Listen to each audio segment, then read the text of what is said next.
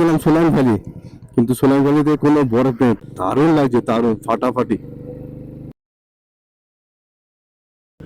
গাড়িতে আমরা তুলতে পারছিলাম না। এখানে বিহারের দুটো ছেলে ছিল, রোহতাং টাইগার্স নাম দেখলাম ওদের জার্সিতে। Hello, good morning, good morning from Manali. আমরা এই হোটেলটায় স্টে করেছিলাম, বেকওয়েল বেক শপ। এদের নিজস্ব বেকারি আছে, ড্রাইভ ইন হোটেল। বেরিয়ে যাচ্ছি আমরা এখান থেকে। আজকের দিকে ব্লগটা এখান থেকে শুরু করছি। বেশ গরম লাগছে, একটু পরেই ঠান্ডা লাগবে। একটু এগিয়ে যাই। হোটেল চেক আউট করে আমরা বেরিয়ে পড়লাম আমাদের গন্তব্যের দিকে। আজকে আপডেট তোমাদের সাথে শেয়ার করছি আস্তে আস্তে। একটু এই জ্যামটা ফেস করে বেরিয়ে যাই। আমাদের যে হোটেলটা ছিল, সেই হোটেলটা আমাদের রেন্ট নিয়েছিল কালকে ১,৫০০ টাকা। ওর কমে হোটেল পাচ্ছিলামই না। আর তার উপরে যখন কালকে আমরা এখানে এন্টার করলাম, তখন পুরো বৃষ্টি এসে গেছিলো। ভিজে ভিজে মাথা খারাপ। পুরো মানালি মেন রোডে ঢুকছে, সেই সময় বৃষ্টি এসে গেছে। আমরা যাবো এখন অটল টানেল, ওখান থেকে কেলং যাব। আমরা কিন্তু সামনে বরফের পাহাড় দেখতে পেয়ে গেছি, ওই উপরে দেখতে পাচ্ছি এখান থেকে। সামনে একটা মাইল ফলক দেখতে পেয়ে গেলাম। সোলাং ভ্যালি ৩ কিলোমিটার, অটল টানেল ১৪ কিলোমিটার, কেলং ৫৭। দেখা যাক আমরা কোনটা দিয়ে যাই, এখন ডিসাইড করে নি। আচ্ছা, ওটা একটা গ্লেসিয়ার, দারুণ লাগছে কিন্তু।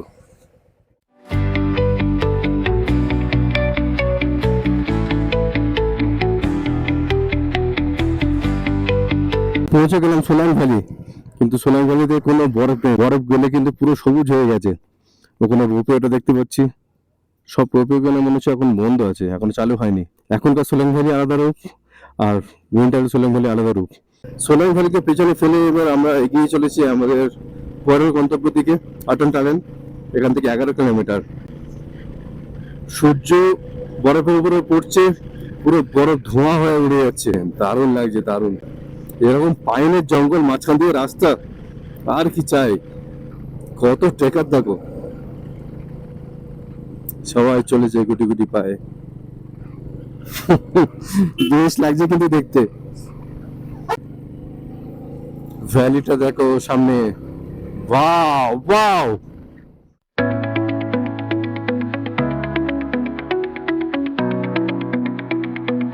আমরা বোর্ডটা একটু দেখে নাও। You are approaching the longest highway tunnel of the world. ইতিহাসের সামনে আমরা নিজের বাইক নিয়ে অটল টানেলের মধ্যে দিয়ে যাব। এইগুলো জীবনের অ্যাচিভমেন্ট, আর কিছুই না। এদিকে সবুজ পাহাড়, ওদিকে বরফের পাহাড়, দারুণ লাগছে। অটল টানেল এখান থেকে আর ১ কিলোমিটার। ভাই সাব, ভিউটা দেখো ওখান থেকে, সেই লাগছে, সেই। চোখ ফেরাতে পারছে না। পাহাড়ের উপরে জঙ্গলটাকে দেখো কেমন লাগছে। ফাইনালি পৌঁছে গেলাম অটল টানেল, রোহতাং। একটু সাইড করে রাখি গাড়িটা।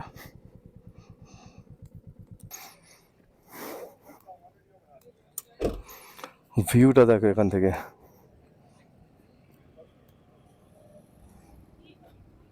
অটল টানেল রোহতাং। একটু দাঁড়াবো এখানে, ফটো ফটো তুলবো, তারপর বেরোবো। আমরা এন্টার করছি অটল টানেল, রোহতাং। সারা জীবনের জন্য স্মৃতি হয়ে থাকলো এই মুহূর্তগুলো। টানেলের মধ্যে থেকে ঢুকে গেলাম। আমাদের জীবনে অনেক জিনিস থাকে যেগুলোকে আমরা ভুলতে পারি না, ভুলতে চাইলেও ভুলতে পারি না, স্মৃতি হিসেবে আঁকড়ে থাকে আমাদের মধ্যে। সেগুলোর মধ্যে কিন্তু এটা একটা। এই টানেলটা কিন্তু ১৫ কিলোমিটার লম্বা। বেরিয়ে যাচ্ছি আমরা অটল টানেল থেকে। এখানে আর দাঁড়াবো না, সোজা বেরিয়ে যাব।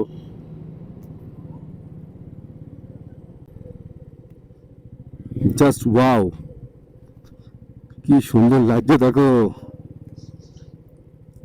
বাহ, দারুণ ভিউ, দারুণ। লেহ, কার্গিল, শ্রীনগর, রোহতাংলা, কাজা। আমরা এখান থেকে বাঁদিকে নিয়ে নেব, এদিকটা দিয়ে যাব আমরা। আমরা সিসু, জিসপা, তানবি, লাচুংলা হয়ে দীপভূমি স্টে নেওয়ার ইচ্ছা আছে আজকে। দেখা যাক কতদূর কি হয়। সেই লাগছে ভিউ, সেই।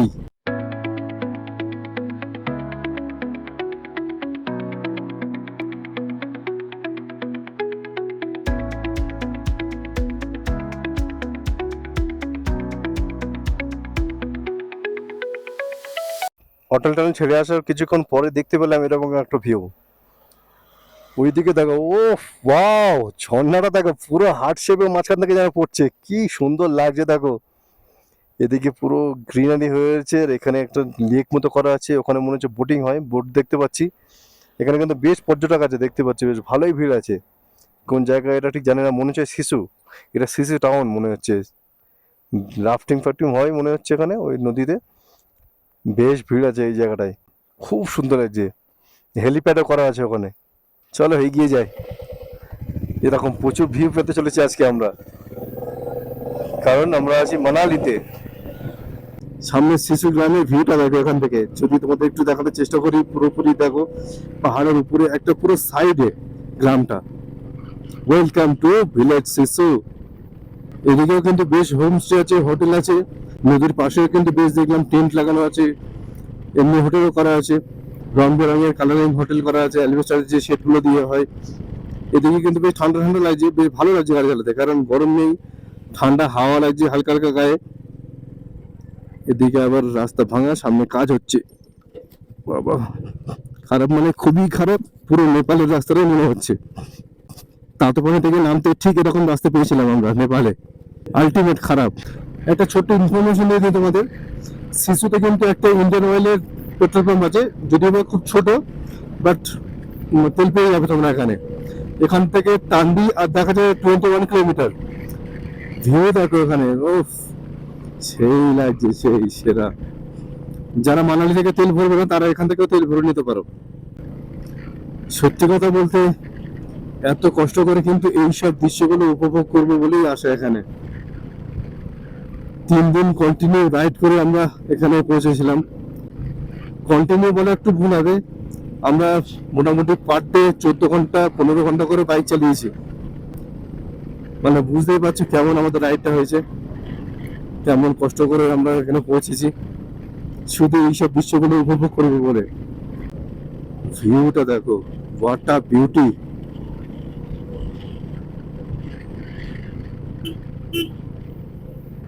সেই লাগছে, সেরা সেরা জায়গা এগুলো,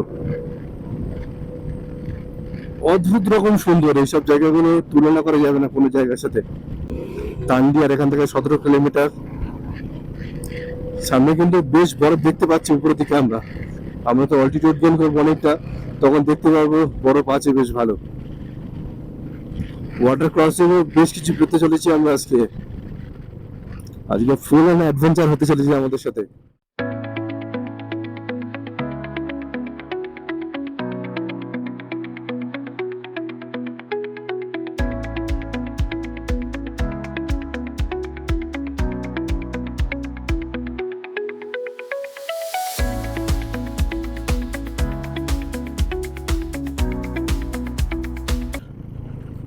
ভিউ গুলো দেখো এখান থেকে, কি সুন্দর পাহাড় সব। ও, সিন দেখো, সিন দেখো। পাহাড়ের উপর বাড়িগুলো কিন্তু মনে হচ্ছে যেন কেউ নিজের হাতে ধরে ধরে ধরে ধরে সাজিয়ে রেখেছে, এত সুন্দর লাগছে। আমাদের সামনে থেকে যে গাড়িগুলো আছে এরা কিন্তু নিয়ে কার্গিল হয়ে আসছে, আর আমরা ওদিকে যাচ্ছি।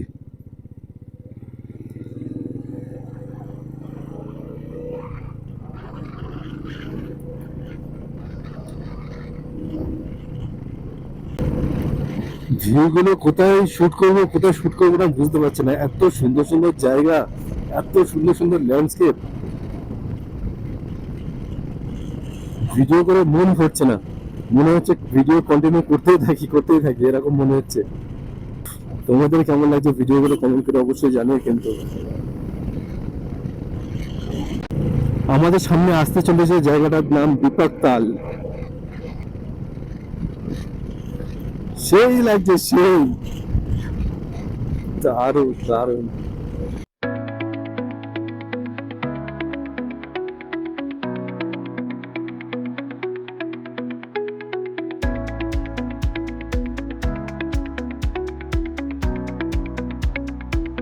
পৌঁছলাম আমরা তান্ডিতে। তান্ডি থেকে তেলটা ভরে নেবো, নিয়ে তারপর বেরোবো। এই দেখো এখানে তেলের প্রয়োজন হয় বলে জারিকেন কিন্তু এখানে বিক্রি হচ্ছে, প্রত্যেকটা দোকানে কিন্তু জারিকেন আছে এখানে। তান্ডি থেকে তেল ভরছি, জারিকেনেও ভরে নিচ্ছি। 5 লিটারের জার নিয়ে এসেছিলাম। এদিকটাতে কিন্তু বেশ জল আছে নদীতে। এখান থেকে কেলাঙ্গারে 7 কিলোমিটার মতো হবে। কেলাঙ্গারে কিন্তু একটা পেট্রোল পাম্প আছে, তবে আগে থেকে ভরে নেওয়ার ভালো। বাইচান্স যদি কেলাঙ্গে পেট্রোল না থাকে তখন আবার চাপ হয়ে যাবে। এখানে একটা মাইল ফলক দেখতে পেলাম, তোমরা একটু দেখে নাও। কেলাং 9 কিলোমিটার, বারালাজলা 82 কিলোমিটার, লে 363 কিলোমিটার। জিসপা এখান থেকে আর 17 কিলোমিটার বাকি। সামনের ভিউটা দেখো, পুরো সবুজ, বেশ দারুণ লাগছে জায়গাগুলো দেখতে। Ultimate green, ultimate.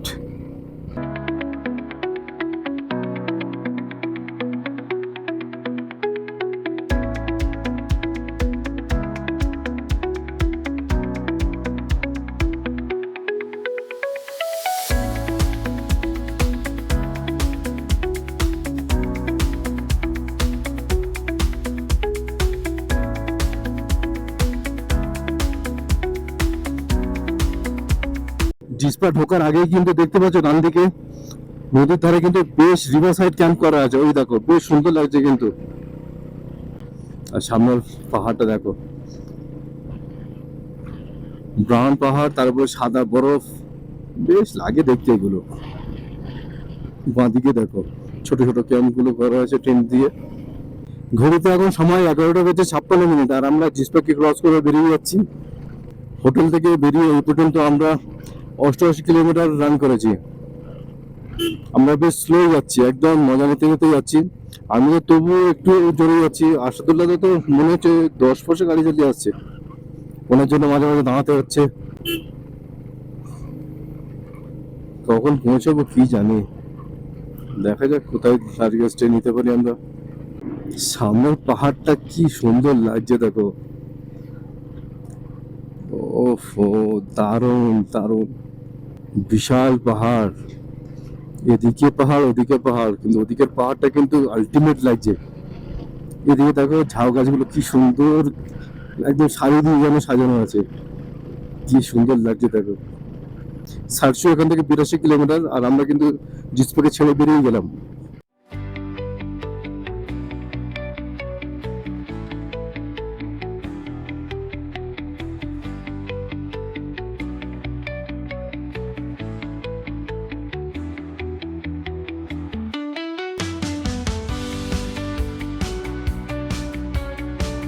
ব্রিজটা দেখো কেমন লাগছে। আমরা কিন্তু ওই দিক দিয়ে এলাম, ওখান থেকে এসে এই ব্রিজ দিয়ে এলাম। আর দাচার এই ব্রিজটা কিন্তু হিমাচলের সবচেয়ে লংগেস্ট ব্রিজ। আর এই নদীটা দেখো সাথে, কি সাংঘাতিক সুন্দর লাগছে, কোনো সাংঘাতিক সুন্দর। দাঁড়চাতে মনে হচ্ছে আমাদের পারমিট দেখাতে হবে এখানে।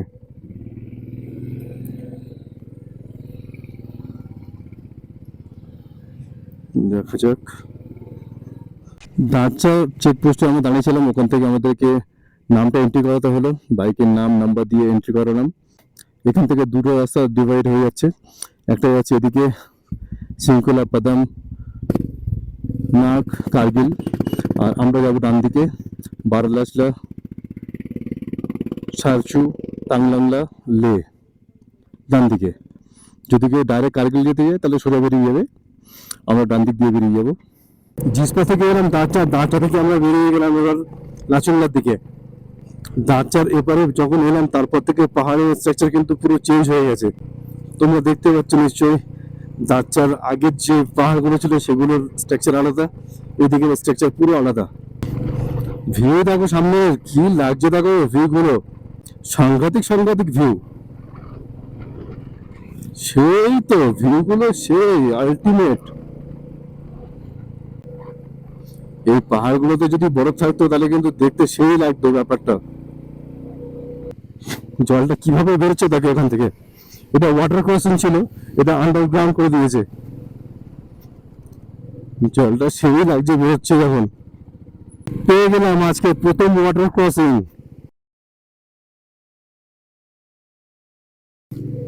ওয়াটার ক্রসিং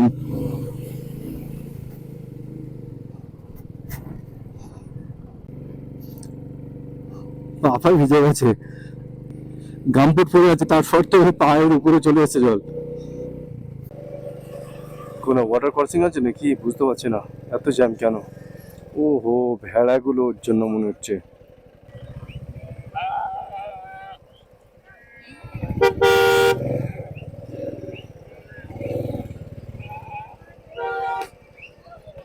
এটা বিচ্ছিরি অবস্থা।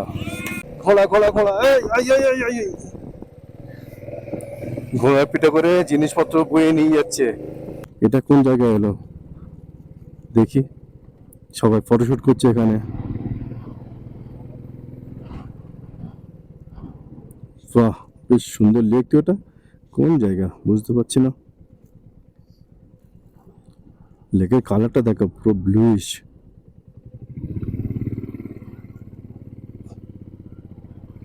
সামনে যে লেকটা ছিল, ওই লেকটার পাশ থেকে আমরা একটু ম্যাগি খেলাম, জল নিলাম, চা খেলাম, খেয়ে বেরিয়ে যাচ্ছি। সার্চু এখান থেকে 62 কিলোমিটার। মাইল ফলকটা একটু পজ করে তোমরা দেখে নাও। পাং 138 কিলোমিটার। যদি পাঙে স্টে করতে পারি তাহলে খুব ভালো, নাহলে সার্চুতে করবো, এরকম প্ল্যান আছে। দেখা যাক কি হয়, সবকিছু আপডেট তোমাদের দিতে থাকবো। ল্যান্ডস্কেপ গুলো দেখো, সেই লাগছে। এখানকার অল্টিটিউড দেখলাম 12,300 ফুট। সমুদ্র তল থেকে আমরা এখন 12,300 ফুট উপরে আছি। অসুবিধা খুব একটা কিছু হচ্ছে না। ও ভিউ দেখো, হিমালয়াস, মাইটি হিমালয়াস।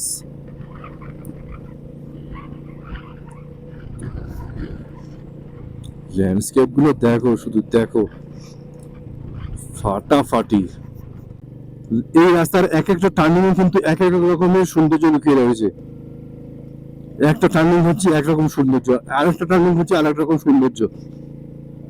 দারুণ দারুণ সব ভিউ, দারুণ। সর্বনাশ, সামনের জ্যামটা দেখো, এ তো বিশাল ট্রাফিক। কিসের ট্রাফিক এটা? এ তো মনে হচ্ছে 6-8 কিলোমিটারের ট্রাফিক। দেখেই ভয় লাগছে। অবস্থা দেখো, কোথায় থেকে যাচ্ছি। বলছে তো গাড়ি ফেসে গেছে সামনে, কি ব্যাপার জানি না। যাই গুলগুল করে। চার চাকায় বসে কিন্তু এখনো ভীষণ কষ্ট। ঘন্টার পর ঘন্টা বসে থাকতে হয়। রাস্তা যতক্ষণ না খুলবো ততক্ষণ পর্যন্ত যেতে পারবে না। ভীষণ চাপ এগুলো। বাবা, বোল্ডার দেখো, গাড়ি এপার দিয়ে ওপার চলে যাচ্ছে লাফিয়ে লাফিয়ে। Truly adventure. বলেছিলাম আগের ভিডিওতে যে আমাদের লাদাখ সিরিজ কিন্তু বেশ অ্যাডভেঞ্চারাস হতে চলেছে। অ্যাডভেঞ্চার কিন্তু আজকের থেকে বেশ জমে উঠেছে। ওয়াটার ক্রসিং থেকে শুরু করে এরকম ভাঙা চলা রাস্তা, তার মধ্যে জ্যাম, গরম কিন্তু ভীষণ হচ্ছে। অবস্থাটা দেখো, আবার এখানে ওয়াটার ক্রসিং যেতে দেবে? এগিয়ে গিয়েও তো লাভ নেই। সিচুয়েশনটা দেখো এখান থেকে।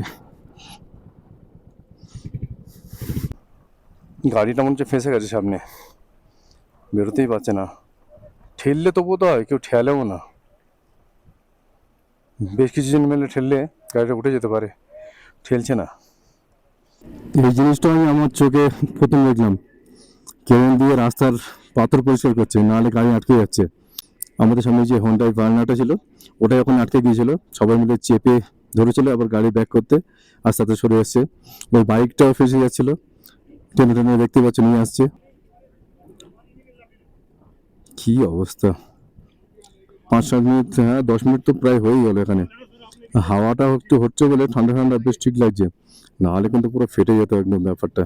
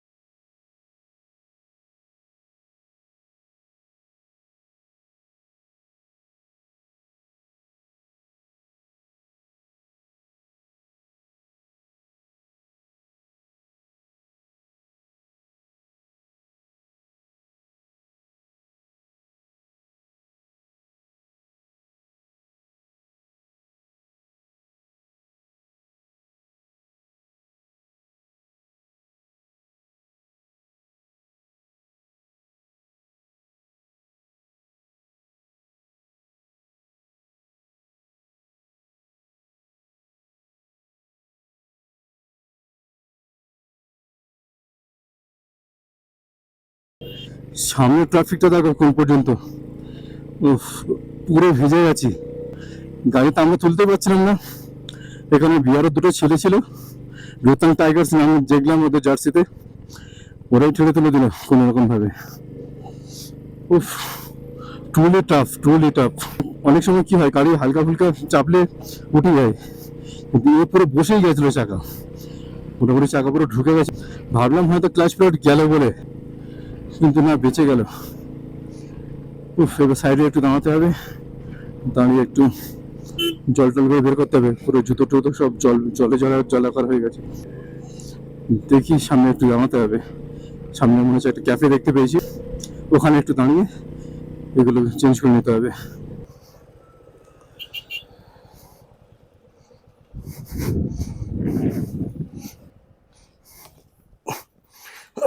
আমি আমাদের সামনে R15টা দেখতে পাচ্ছ, এবার এটা ক্লাচ প্লেট চলে গেছে। দড়িটা খুলে দাও না, দড়িটা সামনের চাকার।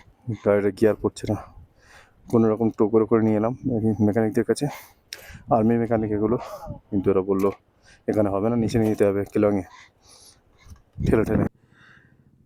3টে বাজছে, ভাবলাম সার্চু বা পানি স্টে করবো, কিন্তু এখন কি করবো বুঝতে পারছি না, আমাদের এখন অনেক পথ যেতে হবে। সামনে একটা দাদার সাথে দেখা হলো, ওরা বারালোচা হয়ে আসছে, বললো ওখানে একটু মুভিং ট্রাফিক আছে, তোমরা একটু তাড়াতাড়ি বেরিয়ে যাও, তাহলে গিয়ে সার্চুতে স্টে নেবে। সার্চুতে মোটামুটি থাকার মতো টুকটাক টেন্ট ফেন্ট আছে, পেয়ে যাবে, অসুবিধা নেই। আর আমাদের সামনে ভিউটা দেখো, বেশ দারুণ লাগছে কিন্তু এখান থেকে। আর এখান থেকে সার্চু দেখাচ্ছে 50 কিলোমিটার মতো, 1.5 ঘন্টা মতো দেখাচ্ছে, 2 ঘন্টায় ধরে চললাম। ও হো, পাহাড়টা দেখো কি লাগছে গো, সেই তো। তাড়াতাড়ি বেরোতে হবে, তাড়াতাড়ি পৌঁছতে হবে। পরিস্থিতি খুবই জটিল। অ্যাডভেঞ্চার যে এইরকম অ্যাডভেঞ্চার হবে এটা আমি আশা করিনি। এখান থেকে সার্চু দেখাতে 52 কিলোমিটার, লাদাখের মজা নিতে আসবো আর কষ্টগুলো অন্যজন ভোগ করবে, সেটা তো হয় না। পা পুরো এখনো ভিজে আছে, বললো উপরে ঠান্ডা আছে বানানোর সাথে, দেখা যাক কি হয়। কি সাংঘাতিক ভয়ঙ্কর লাগছে দেখো পাহাড়টা সামনে।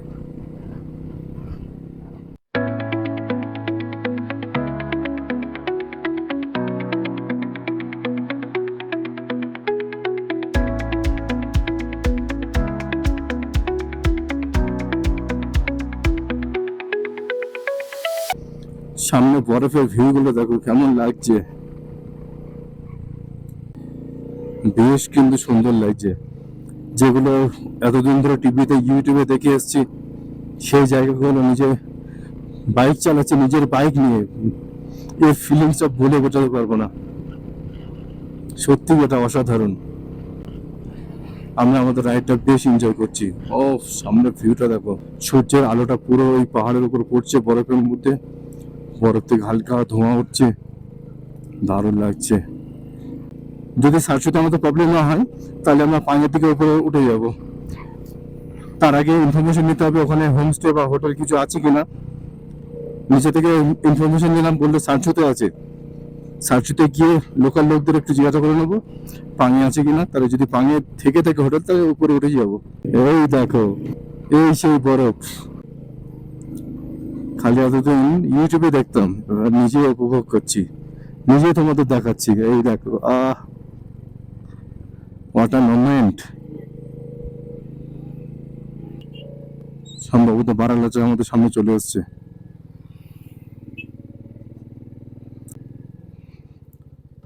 চলো এখান থেকে দু একটা ছবি তুলে নিই। আমাদের পাশে কিন্তু সুরাজতাল, এই যে লেকটা, এটা সুরাজতাল। আমরা আগে থেকে বেরিয়ে যাচ্ছি সুরাজতালকে পাশে ফেলে। আমাদের পাশে পুরো সাদা বিস্তীর্ণ হয়ে গেছে, পুরো সাদা, যত দূর চোখ যাচ্ছে এবার সাদাই সাদা। বাঁ দিকের পাহাড়গুলো তো বরফ সেরকম বেশি নেই, ডান দিকের পাহাড়গুলো কিন্তু দেখার মতো লাগছে, পুরো সাদা হয়ে রয়েছে। দেখতেই পাচ্ছ তোমরা নিশ্চয়ই, তোমাদের কেমন লাগছে কমেন্ট করে অবশ্যই জানিও। এটা বরফের একটা মাঠের মতো লাগছে। ওয়াও, লাভলি, কি জায়গা, কি সুন্দর লাগছে তোকে পাহাড়টা। কি চাই এইসব দৃশ্যগুলো অনুভব করার জন্য, এত কাছ থেকে, ওই জন্য তো এখানে আসা। সাংঘাতিক সুন্দর, এই সৌন্দর্যের কোনো তুলনাই নেই। Heavy heavy. চলে এলাম বারালাচলা পাস। দাঁড়িয়ে ফটো তো তুলতেই হবে, এখানে কিছু করার নেই। আমাদের সামনে বারালাচলা পাস। এখানে গেলাম, দুটো তিনটে ছবি তুললাম, এবার বেরিয়ে যাবো এখান থেকে। দেখতে পারো চারিদিকে শুধু সাদাই আর সাদা। চলো এখান থেকে বেরিয়ে যাই সারচুতে।